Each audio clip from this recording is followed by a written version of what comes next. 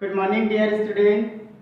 आज का टॉपिक जो है वो काफ़ी इंटरेस्टिंग है। इंटरेस्टिंग इसलिए क्योंकि जो चीज़ हम लोगों ने पिछले वीडियो में पढ़ रखा उसका रिलेशनशिप इसमें निकालना है। रिलेशनशिप कैसे निकालना है?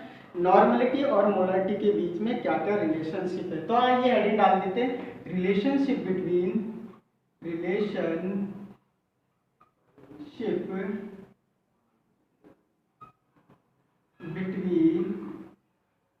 Molarity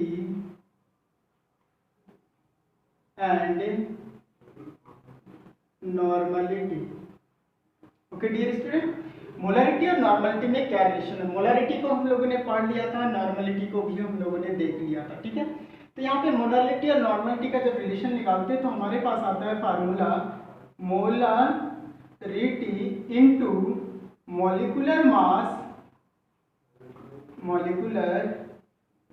mass of solute is equal to normality into equivalent weight of solute. Solute का इक्विवेलेंट वेट हिंदी में बोल देता हूं, मोलरता गुणे विलेय का अणुभार बराबर नॉर्मलता गुणे तुल्यांक सॉल्यूट का तुल्यांकी भार यानी विलेय का तुल्यांकी भार। ठीक है डियर स्टूडेंट, अब हमें ये वैल्यू अगर निकालना है तो क्या हो जाएगा? मोलारिटी इज इक्वल टू, ये पोर्शन इधर हो जाएगा, नॉर्मलिटी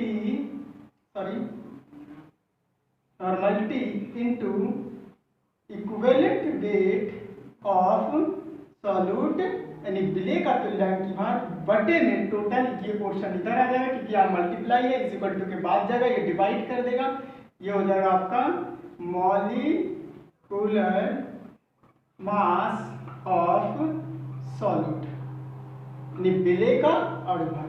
अब हमको अगर नॉर्मलिटी निकालना है तो क्या हो जाएगा? Normality is equal to normality is equal to this upon this, molarity into equivalent weight of molarity into molecular mass of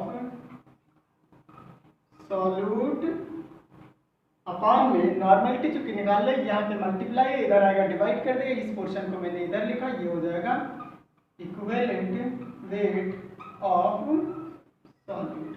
और समझ पाए, यही हमारे बीच में दो रिलेशनशिप होते हैं। कभी अगर आपको नॉर्मलिटी निकालना है तो ये फार्मूला अप्लाई करेंगे, मोलारिटी निकालना है तो ये। तो इसके लिए सबसे अच्छी बात है कि ये चीज़ हमेशा याद रखें। तो इसमें से 4 टर्म दिए हुए कुछ भी आप निकाल सकते हैं।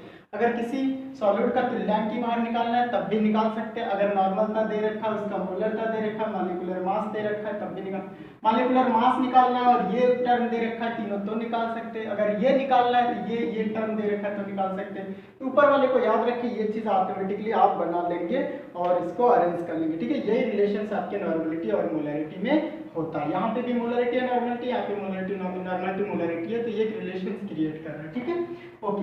जब ये चीज़ पढ़ लेते, एक छोटा सा टॉपिक और है जिसको हम इसी वीडियो में इंक्लूड करेंगे, इसीलिए हम इसको इरेज करें, और वो हमारे पास है mole fraction. Mole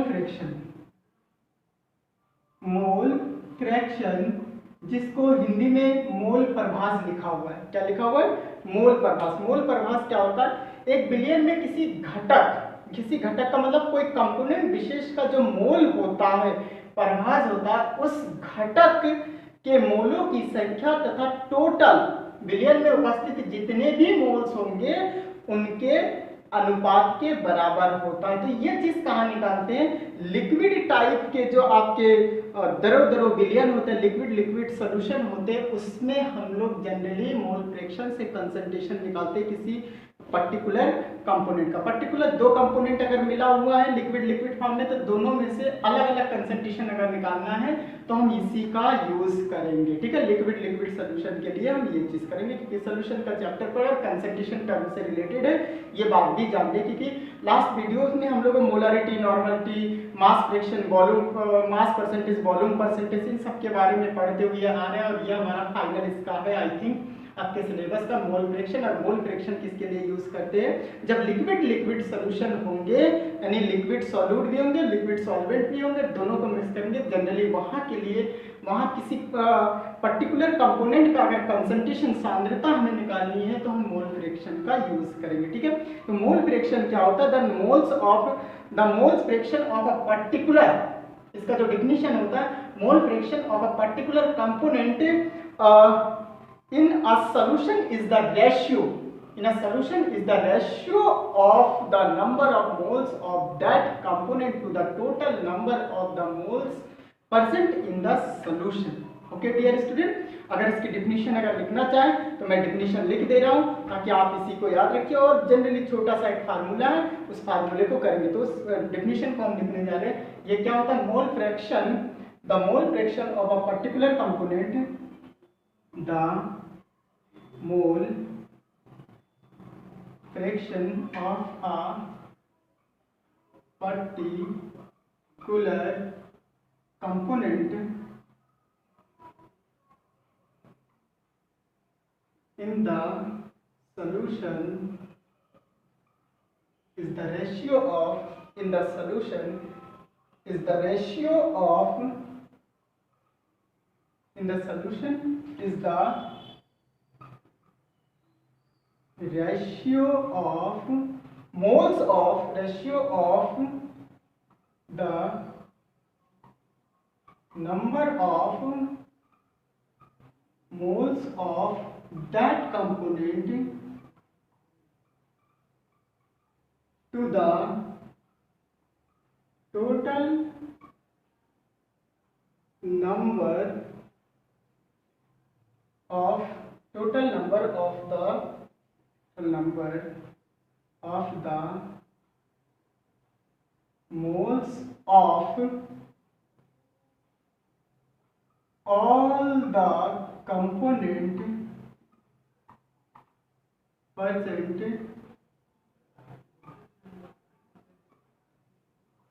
in the solution, in the solution। यानी किसी भी अगर एक बिलियन में है, उसमें किसी पर्टिकुलर सॉल्यूशन का, पर्टिकुलर कंपोनेंट का अगर आपको कंसंट्रेशन निकालना है, तो उसके मोल प्रभास को निकालते हैं, मोल फ्रैक्शन को निकालते हैं। तो mole fraction is equal to क्या होता है?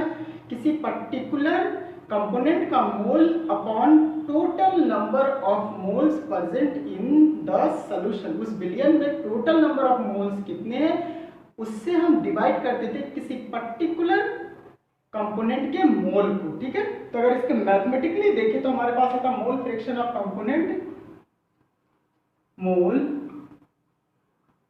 Fraction of component is equal to, हमारे पास आता है number of moles of a given component, number of moles of given component upon total number of moles of the all component, ठीक है। Total number of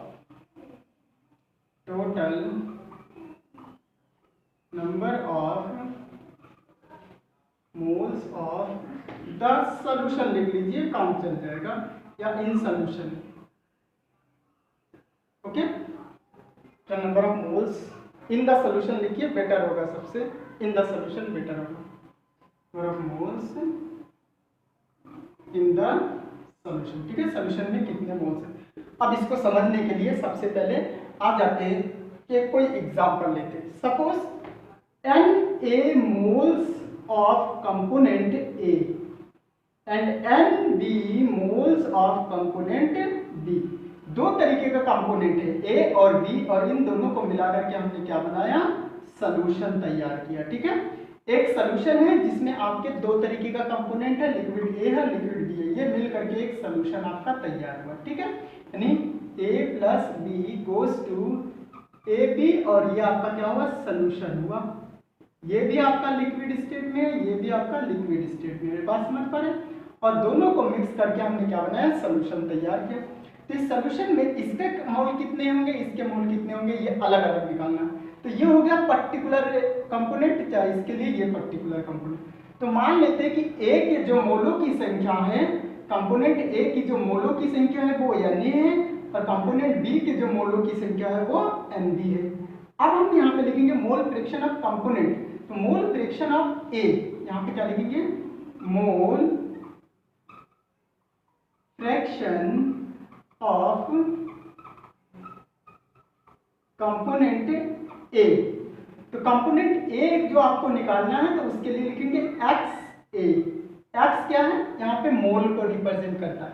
x से मतलब मोल fraction of ए, यानी A के मोलों की संख्या। एक्स इज इक्वल टू क्या हो गया, ए के मोलों की संख्या बराबर आपके पास क्या हो गए, ए के मोलों की संख्या कितनी है, मोल फ्रैक्शन, सॉरी, ए के मोलों की फ्रैक्शन यानी मोल फ्रैक्शन ऑफ ए, यानी ए के mole fraction is equal to x. Mole fraction को एक्स से इंडिकेट करते हैं, इज इक्वल टू इसके मोलों की संख्या कितनी है, यानी यहाँ पे number of moles given component, यानी इसी का कंपोनेंट का होना चाहिए, इज इक्वल टू आपके पास क्या होगा, एन ए अपॉन में टोटल नंबर ऑफ मोल्स। तो हमें पता है कि ये दोनों मिल करके आपके सोल्यूशन को तैयार किया है। तो इसके मोल प्लस इसके मोल टोटल मोल हो जाएंगे Na प्लस Nb।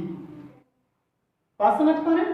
इसी तरीके से जब हम mole fraction of component B निकालेंगे, यहां पे लिख देते हैं मोल फ्रैक्शन, आप लोग नीचे लिखिएगा क्योंकि जगह नहीं है मेरे पास। चलिए मैं ऊपर इरेज कर देता हूं।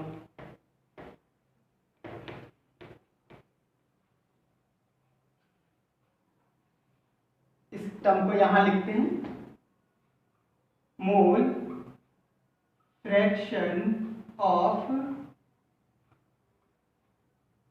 Component B.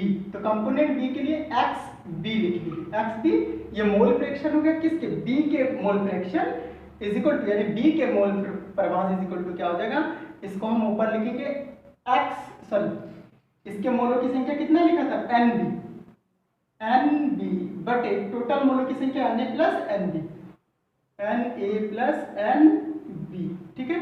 ये आ गया दोनों के लिए आपने लिखा, ठीक है।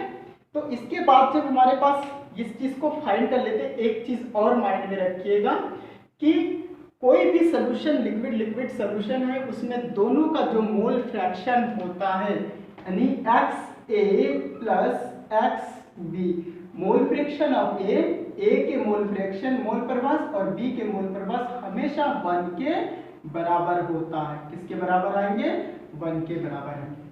बात समझ पा रहे हैं। मोल फ्रैक्शन निकालने के लिए जिसका निकालना है उसके मोलों की संख्या ऊपर रखेंगे, बटे में टोटल मोलों की संख्या रखेंगे। टोटल मोलों की संख्या मैंने बोल दिया कि एक हमारे पास सॉल्यूशन बनाया ए बी को मिलाकर, उसमें ए जो कंपोनेंट है उसके मोलों की संख्या Na है, और बी जो कंपोनेंट है उसके मोलों की संख्या Nb है।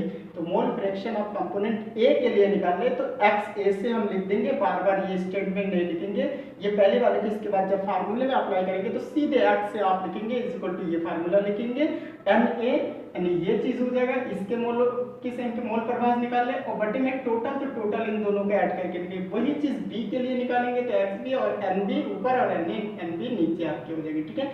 तो इस तरीके से हम इसको निकालेंगे। और कोई भी कंपोनेंट एक होते हैं जो दो, एक सॉल्यूट एक सॉल्वेंट होते हैं, तो उसके जो मोल फ्रैक्शन अलग अलग होते हैं, उनके जो एडिशन होता है, जो सम होता है, वो हमेशा किसके बराबर आएंगे, 1 के बराबर आएंगे, ठीक है। ये स्टूडेंट बहुत इंपॉर्टेंट है, इस चीज को पढ़ लीजिएगा।